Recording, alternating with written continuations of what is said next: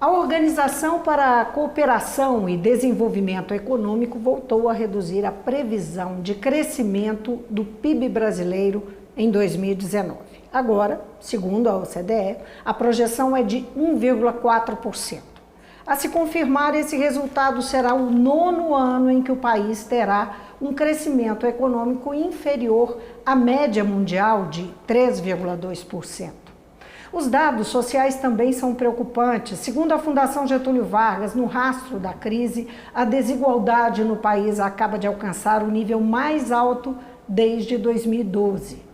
O governo Bolsonaro sustenta que a solução passa fundamentalmente pela aprovação da reforma da Previdência, que tramita aos solavancos no Congresso Nacional. Eu vou conversar hoje com o economista Carlos Alberto Teixeira de Oliveira, que é presidente da revista Mercado Comum e da Associação dos Economistas de Minas Gerais e vice-presidente da ACEMINAS, a Associação Comercial e Empresarial de Minas. Muito bem-vindo, Carlos Alberto. Muito obrigado, Vivi. Carlos Alberto, como é que você descreveria esse momento da economia com esses prognósticos? Como é que você vê, no geral, esse momento? Eu afirmaria que esse problema, essa questão da impossibilidade do país se reconciliar com as taxas de crescimento vigorosas, contínuas, consistentes e sustentáveis, já vem de longa data. Eu diria que nos últimos 30 anos, o Brasil, na obsessão, em primeiro lugar, pela estabilidade econômica, e agora, com a questão da Previdência e da questão do ajuste fiscal, nós perdemos totalmente o senso do desenvolvimento e do crescimento econômico. Eu sou da opinião, eu tenho utilizado uma expressão e que rotula esses momentos em que o Brasil passa como o equivalente a uma síndrome do raquitismo econômico.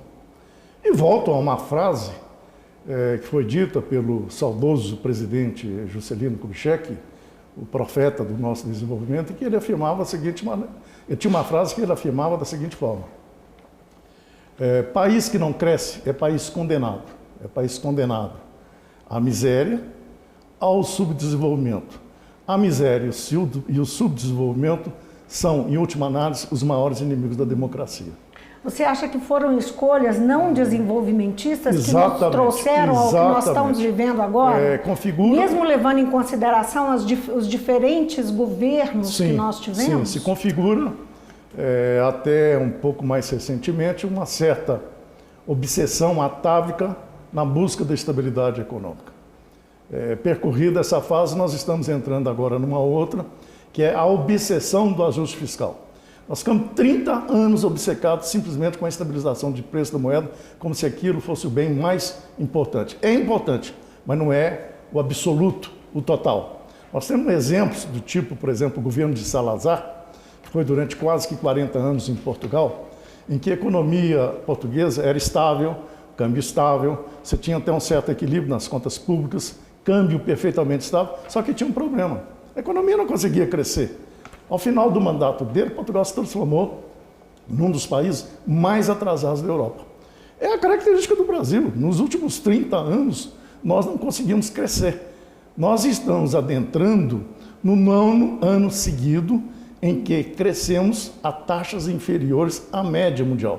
Isso significa dizer o seguinte, que nessa década, em nenhum ano, nós apresentamos crescimento nem próximo da média mundial. E já existem projeções do FMI indicando que para nós retomarmos os níveis da renda per capita que o Brasil tinha em 2010, isso só será possível de encontrar esse nível que nós perdemos no ano 2024, se até lá nós crescemos acima de 2,5% ao ano.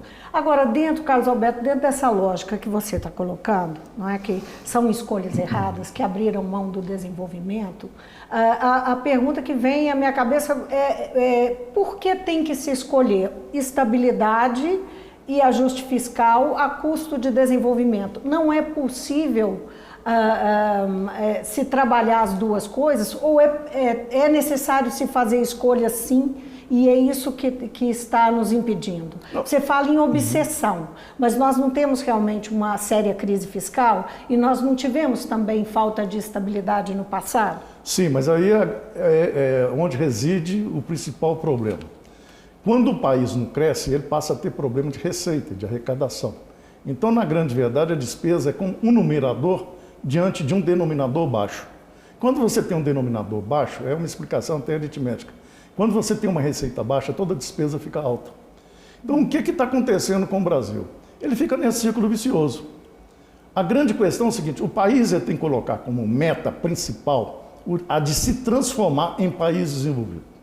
Essa é a premissa número 1. Falta ousadia aos nossos Completamente. A segunda, e visão internacional.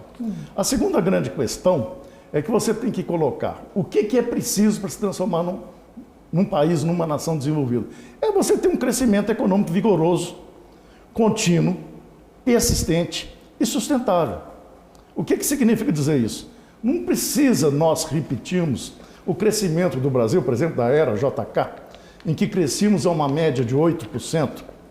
Aliás, é bom destacar que em 1995, a economia brasileira era maior do que a da China. E hoje, passados aí 25 anos, a economia chinesa... Era 7 vezes maior? É 7 vezes maior do que a brasileira. E vamos atentar para um detalhe. De um governo comunista, mas numa economia capitalista e de mercado. Aí que está a grande diferença. Então, portanto, eu acho que além de nós devemos ter meta de crescimento vigoroso, nós temos que colocar como uma grande missão nacional nos transformar em país desenvolvido. E não precisa ficar inventando roda. É pegar esses modelos que foram implantados por esses países considerados desenvolvidos, de primeiro mundo, que deram sucesso e aplicá-los aqui no Brasil. Agora, o governo Bolsonaro, ele acena com a reforma da Previdência, que está tramitando no Congresso Nacional, como a grande solução, a solução básica para se retomar o desenvolvimento, para acenar com perspectivas do país ser confiável, para atrair investimentos. Como é que você vê essa argumentação do governo, do próprio ministro da Economia, da equipe econômica e do próprio Bolsonaro em relação à reforma da Previdência como sendo um grande aceno para a retomada do crescimento? Eu até concordo que a questão previdenciária no Brasil é um problema e uma questão que necessita um tratamento urgente. Mas ele não é o único problema e talvez nem o principal. A gente tem que considerar que a Previdência, né, quando se fala que ela é a maior despesa dos governos nos 3 níveis, União, Estados e municípios, a gente tem que tomar certo cuidado, porque é a única despesa que tem uma receita vinculada. Então, esse cálculo de chegar e dizer que ela nos custa 700 bilhões aos cofres públicos, isso não é uma conta exata. Nós temos que considerar o déficit. Esse déficit é 200 bilhões de reais. Aí ele cai para a categoria de terceiro lugar. E você sabe qual que é o primeiro maior gasto brasileiro? É com juros. Só no ano passado o país gastou 400 bilhões de reais de juros incidentes sobre a dívida pública brasileira. Este é o maior gasto. Vou dar um outro exemplo. Só nesta década, de 2011 a 2018, o Brasil gastou, a título de pagamento de juros da sua dívida, o equivalente a $1 trilhão.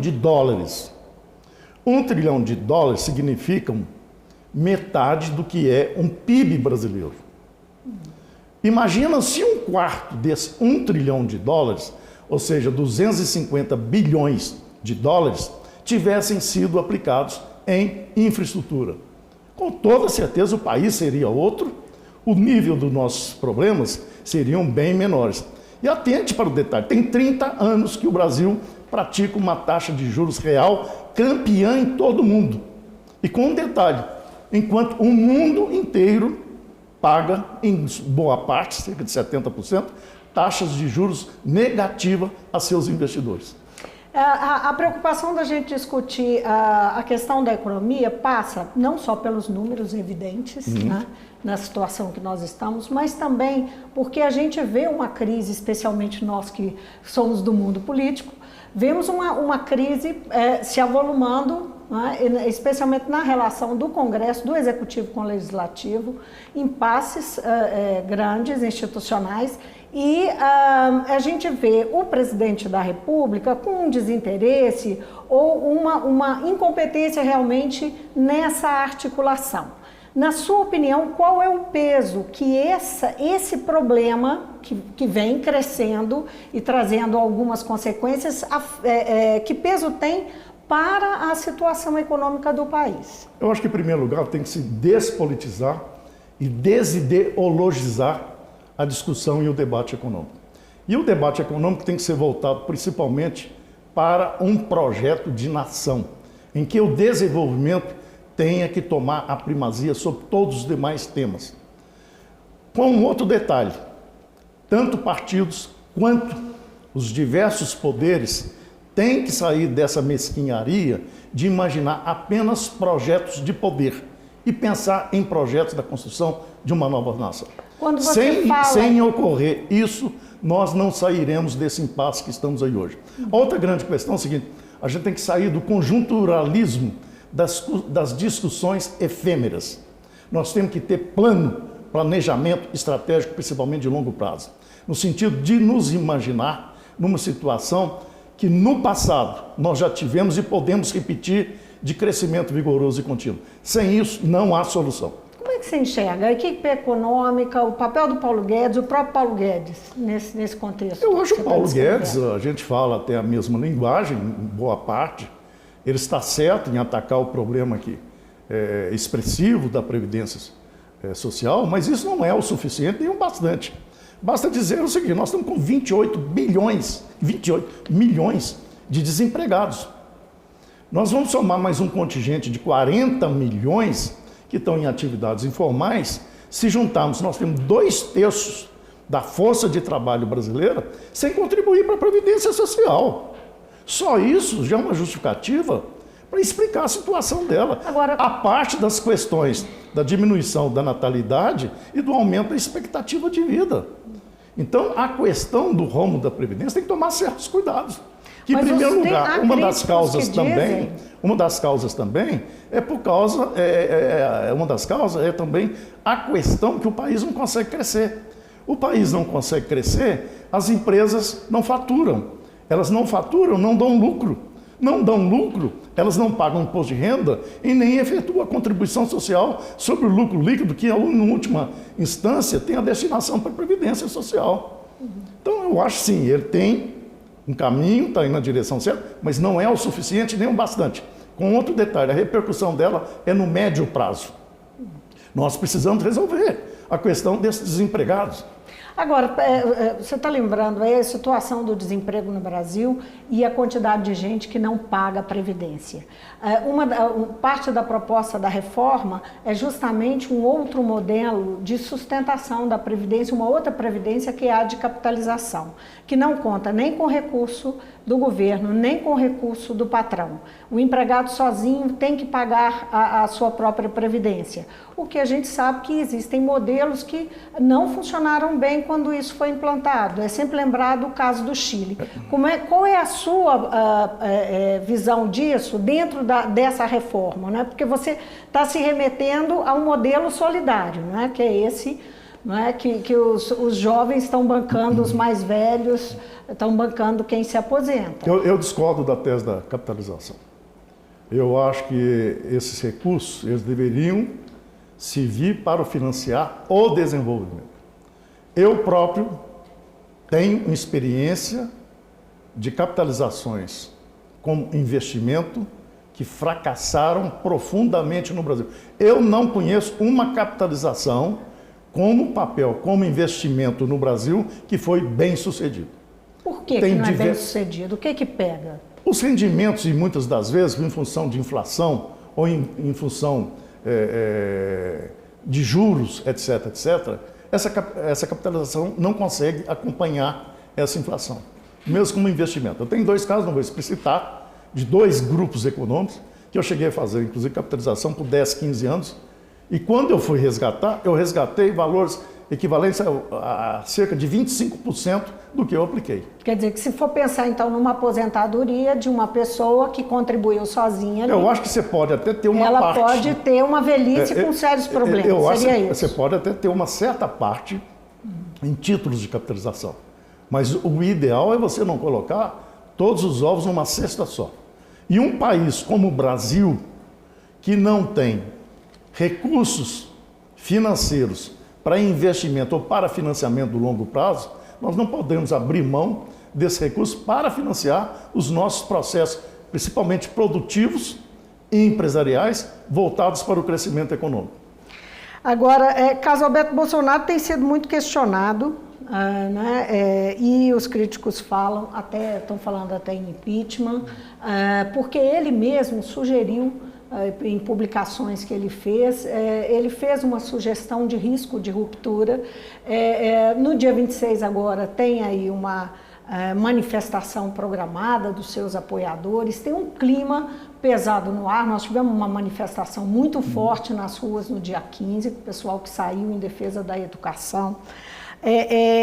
Como é que você vê esses acontecimentos? Como é que isso pode se refletir? Eu vou voltar naquilo que eu tinha perguntado antes, e no risco que existe numa situação dessa, quer dizer, a economia frágil, o crescimento de uma crise política, isso acabasse, uma ruptura ocorrendo, que desdobramentos teriam para o país, não é? Para a economia do país, para a estabilidade do país? Eu acho que, em primeiro lugar, é muito importante observar que não é possível, com menos de 5 meses de governo, querer culpar Bolsonaro por todas as mazelas, por todas as dificuldades que o país atualmente enfrenta.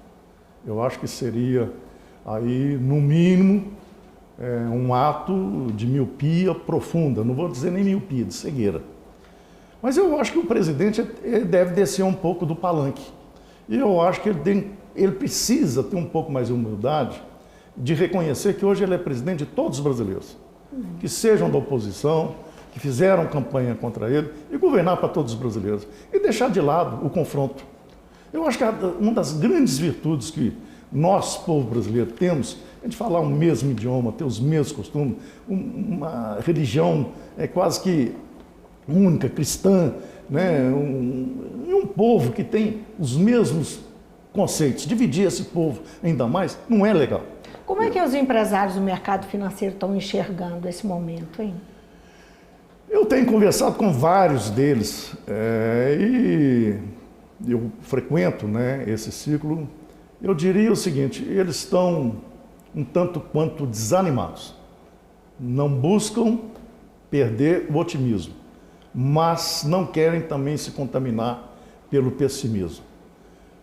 Eu tenho usado até muita expressão de Juscelino Kubitschek, que principalmente para nós brasileiros, nós temos que entender que a bandeira de toda esperança, a bandeira de todas as nossas bandeiras tem que ser esperança. E essa esperança é de um Brasil melhor. Se nós já fomos capazes de fazê-lo no passado, provavelmente em graus de dificuldade muito maiores, nós podemos repeti-lo. Então, por exemplo, Juscelino Kubitschek, na época dele, a inflação já estava dando sinais de vigor. Então perguntaram para ele: mas escuta, você fazendo o plano de investimentos e a inflação aí retomando, o que você vai fazer para combater a inflação? Ele falou assim: eu vou combater a inflação gerando mais riqueza, produzindo mais. Ele estava absolutamente correto. Então nós temos vários exemplos anteriores, como já mencionei antes. Nós tivemos uma economia maior do que a China. Nós podemos repetir esses modelos, reimplantados, colocando o desenvolvimento como uma grande premissa brasileira. Agora, nós temos que acabar com essas questões todas da ideologização, da politização da economia e dizer o seguinte: olha, nós precisamos de um projeto de nação. Nós temos que procurar não aquilo que nos diverge, nós temos que procurar aquilo que nos converge. Então, eu acho que essa tem que ser a nova tendência de um mundo político brasileiro. Casalberto, Minas Gerais, né? Nós temos também aí 5 meses, quase praticamente 5 meses de governo, do governo Zema, uma situação gravíssima na economia, que se tornou ainda mais grave com o fechamento de várias minas e o desastre provocado pela barragem da Vale em Brumadinho. O Estado estima entrar aí o próximo ano com um déficit acumulado de quase 50 bilhões. Como é que você avalia a condução do governo Zema nesse primeiro período diante desses desafios? O quadro econômico-financeiro das contas públicas de Minas Gerais provavelmente é o mais sério de todo o Brasil. Mas a gente tem que reconhecer também que o governo atual não tem culpa e não existe também uma culpa isolada para esse ou aquele outro governo. É um processo que vem acontecendo aí há mais de 20 anos, em que uma das principais características dele é o fato de o Estado, os governantes, se somando todos aí durante os últimos 25 anos, em 22 deles, Minas foi oposição ao governo federal. Vários fatos justificam a situação porque Minas Gerais se encontra na situação atual. Um deles, em primeiro lugar, foi o acordo mal feito da renegociação da dívida de Minas Gerais com a União, a taxa de juros absolutamente extorsivas, que nós pagamos 3, 4 vezes essa dívida. A segunda grande questão foi a implantação da Lei Candir, que retirou recursos gigantescos de Minas Gerais e Minas ficou aí paralisada e não reclamou, etc, etc. Claro, houve também aumento de salários descabidos em diversos governos do funcionalismo público, muitas vezes praticados, inclusive, em períodos de redução de despesa. A falta de atração de novos investimentos não foi também uma questão? A guerra fiscal, também praticada entre os diversos estados, é um dos fatores. E tem um outro fator que pouco se fala, que é recente e que poucas pessoas conseguem enxergar, é decorrente da crise que o país vivenciou no período 2015, 2016 e 2017. Tem um economista muito respeitado, que é Raul Veloso, especializado em contas públicas. Ele fez um estudo em que aponta que apenas nesses 3 anos, a crise econômica brasileira retirou de receita dos estados brasileiros como um todo cerca de 280 bilhões de reais. 280, se Minas tem uma média de 10% do PIB nacional, significa dizer que apenas em 2015, 2016, 2017, a receita tributária de Minas Gerais diminuiu 28 bilhões de reais. Praticamente esse é o déficit. Esse é o déficit do estado de Minas Gerais. Juntando então todos aqueles que eu disse para você, chegamos numa situação atual que realmente é dificílima. Não temos outra alternativa a não ser fazer o programa de recuperação fiscal com o governo federal. Não temos. Você não vê Mas ele não resolve o nosso problema. Ele atenua momentaneamente os nossos problemas. Você mencionou a Lei Candir, não é? Mencionei a Lei Candir, mencionei a... Começa a haver uma oposição, só para eu pontuar, começa a haver uma oposição de ideias em relação à saída para a retomada do desenvolvimento econômico, da superação do desequilíbrio fiscal, que o governo defende como única saída o plano de recuperação fiscal, enquanto a Assembleia abraça uma outra causa, que é, enfim, uma mudança, uma nova lei em relação à Lei Candir, que regulamente os repasses e que se renegocie o para trás. Você acha que isso se opõe, se complementa? Como é que você vê isso? Acho isso aí ilusão, imaginar um conto de caronchinha. Não tem como você retroagir. Acho que não vamos conseguir voltar à situação anterior, até porque é uma norma institucional você não exportar tributos. O problema é a imperfeição do sistema tributário brasileiro. Eu elegeria a reforma tributária brasileira como mais prioritária do que nesse momento, do que a reforma da Previdência. Nós temos, por exemplo, uma incidência de tributos, quase metade dos impostos incidem sobre a produção e consumo, enquanto deveriam incidir principalmente sobre o lucro, principalmente sobre heranças. Então nós estamos tudo errado nessa questão fiscal. Nós estamos de cabeça para baixo, uma posição invertida. Então o que acontece? Um estado igual Minas Gerais, se ele tivesse o seu imposto de renda estadual, a exemplo do que é praticado nos Estados Unidos, a exemplo do que é praticado na Europa, nós não teríamos esse tipo de problema, desse impasse com relação à Lei Candir. Porque o Estado receberia aquilo que ele deixaria de tributar na produção, mas receberia em troca como imposto de renda. Então nós temos que alterar essa questão. Mas a grande verdade é o seguinte, assim como o Brasil, nós só sairemos desse impasse fiscal, orçamentário, se o país voltar a crescer. Para cada queda de um PIB, nós perdemos... As reformas são indispensáveis para esse crescimento? Indispensáveis. Como também a reforma da Previdência é indispensável e é insubstituível. Então o país tem que abraçar as reformas em todo sentido. Nós ainda estamos na metade do século passado, nessa questão principalmente fiscal e tributária. Qual que é o sentimento dos empresários, só para a gente amarrar, sobre a situação de Minas, expectativas que eles têm sobre a economia mineira? Olha, é a expectativa de que o quadro tende a se agravar, porque não existe ainda uma luz no fim do túnel dizendo que o país vai se reconciliar com o crescimento econômico vigoroso, com o desenvolvimento. Nós não sabemos ainda o que esse programa de recuperação fiscal, quais que serão essas exigências, e em segundo lugar, se a Assembleia vai aprovar. E segundo, se a sociedade vai aceitar. Na verdade, esses projetos ainda, o governo do Estado ainda não enviou. A Assembleia já está em discussão, porque o governo já falou que vai enviar. Mas que trata do plano de reequilíbrio fiscal. Mas qualquer que sejam eles, a gente tem que ter a lucidez que não se faz omelete sem quebrar o osso.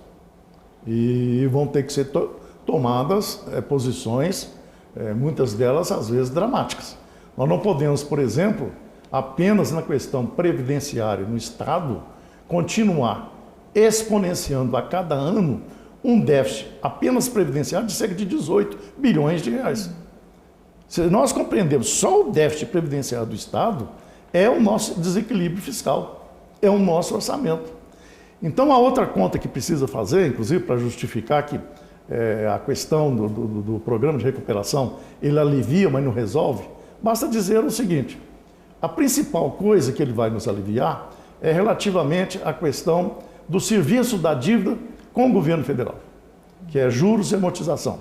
Isso dá algo em torno de 7, 8 bilhões por ano que Minas vai deixar de pagar ao governo federal durante 3 anos, prorrogado por mais 3 anos. Bom, são 7 bilhões de reais. E aí vai ter que privatizar um punhado de empresas. Só o déficit deste ano e do ano que vem são 26 bilhões. Ainda acumula mais 28, que nós já tínhamos no passado, dão 54. Mas esse pagamento não está suspenso? Não está suspenso. O da União, a da dívida, aí que está o outro agravante. No ano passado, nós não efetuamos nenhum pagamento da nossa dívida, seja título de juros ou de amortização ao governo federal. Isso não fez essa diferença, aí, provavelmente, visivelmente. Aí, provavelmente, nesse programa de recuperação fiscal, nós vamos ter que ainda incluir o ano passado.